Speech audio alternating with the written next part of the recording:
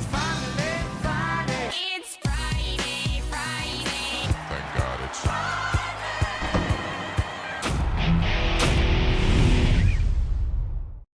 Welcome to a special Queen's Plate edition of the Friday Show from Woodbine Racetrack in Toronto.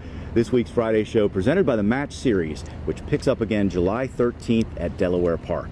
I'm Scott Jagow along with Ray Paulick. We're so glad you could join us. Ray, we are standing right on the new inner turf course at Woodbine. It opens today. There's a ribbon cutting ceremony, then the first race on this new turf course.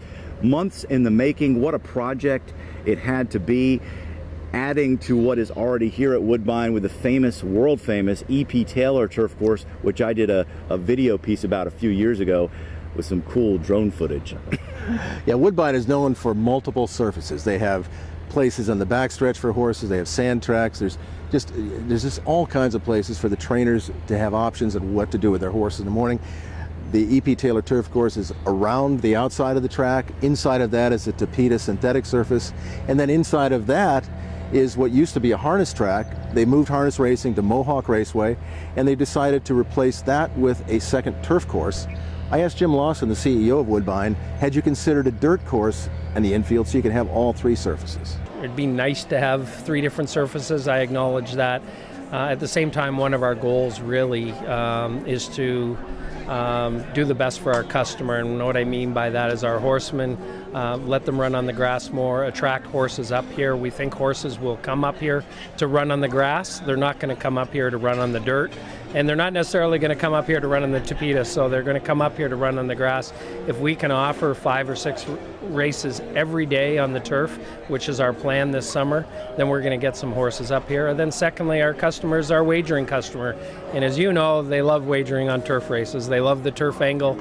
They love the turf jockeys, the turf breeding, and the variance in surfaces. We're even going to have a variance here between our E.P. Taylor course and our inner turf, not just because of the turns, but the softness of the turf. There's going to be an interesting wagering angle too. So it checked the box for us in every way to put in a second turf course instead of another surface.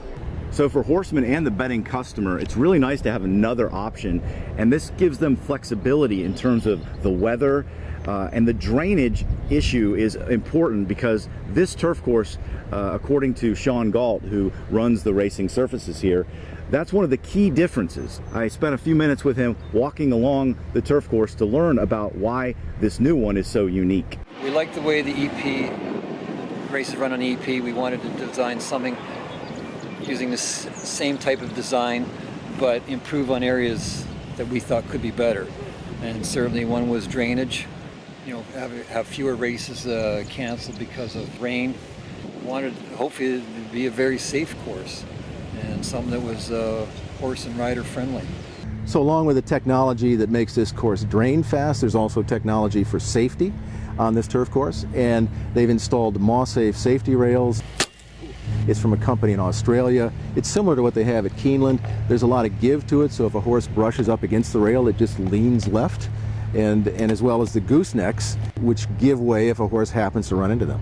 Yeah, it's pretty cool to see how it works. They showed us, and here's a little bit more about how the safety rail works. Biggest features about this rail is that it's flexible. It'll keep the horses within on the racing surface as opposed to being able to break through the rail. But if a horse got a little too close and kicked it out, it'll eventually give. If anything, if it doesn't go out sideways, these nubs here, they can break free. They're nylon, they can break free, so it'll kick out. Well, besides what's happening on the turf course and on the racetrack, all around Woodbine, there are construction cranes everywhere. There is a huge expansion project in the works here. Yeah, there's a hotel being put up. They're adding a new casino here. This is a world-class facility. It's only getting better in a world-class city. Toronto has 3 million people. This is going to be a big part of the future of Toronto, I think. They're talking about educational buildings, medical, as well as residential, retail. It's a huge development that's in the works, and there's a greater vision here for building a community, which we asked CEO Jim Lawson about. What we're really hoping is that someday this is a modern community with great parkland, sports facilities. There's 700 acres here, which is bigger than all of downtown Toronto combined. So we're expecting that this can be a city unto itself, and people can come and live here and work here and play here, and at the center of the play is always going to be the racetrack. Gosh, it is simply remarkable that this campus is bigger than downtown Toronto. Unbelievable. It's also remarkable when you think about it that it wasn't that long ago that Woodbine was on the ropes. The government had pulled the revenue from the Slots at Racetrack program, and there was a lot of uncertainty about the future of this place. Well, now they have a long-term deal with the government on revenue, and the future, in my opinion, when you look at all the things that are going on here, is very, very bright. And I think this is something for racetracks all across North America to keep in mind, with these partnerships with slots revenue. Jim Lawson talked about this and how it can be a slippery slope. And the most important outcome of all of this is this industry has to generate new owners, new breeders, and those do not come from the slot customer. Those come from people who are going to get interested in racing. And the only way this industry is going to keep going if we attract a whole new generation that likes horse racing and is interested in investing in a horse or buying a horse, being part of a horse, breeding a horse. And that is where the complacency comes in, because if you just rely on the money coming in from the gaming industry, you're not going to create that new breed of customer, owner and breeder. And we really need to keep our eye on that, and tracks who rely too much on that gambling money, as we did, it's a slippery slope, and we've suffered from it. Our breeding numbers are starting to come back now, but it's a dangerous thing to do, and be complacent and think you can get away with it, because you're not building an industry that way. Well, that's enough of the business. We're here for the Queen's Plate, the 160th running on Saturday. I'm really excited about this. This is my first Queen's Plate. And it's kind of personal because my dad was actually at the Queen's Plate in 1964 when he was 18 years old, and he saw Northern Dancer win. He always talks about that moment. He's somewhere in the background of this picture, and I'm just excited to actually be here 55 years later. So who do you like in the Queen's Plate?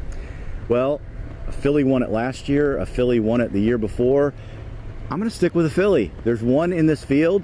She is a closer, so she's going to need some pace to run into, but she's a freight train in the stretch. Desert Ride is my pick, 8-1 morning line. Mark Casse is on a roll. He won this race last year. He won the last 2 legs of the Triple Crown in the U.S. He's got Skywire, who I think will give him his second straight Queen's Plate. It's going to be a great day. Great day of racing ahead. We're so excited that it's here and we are part of it.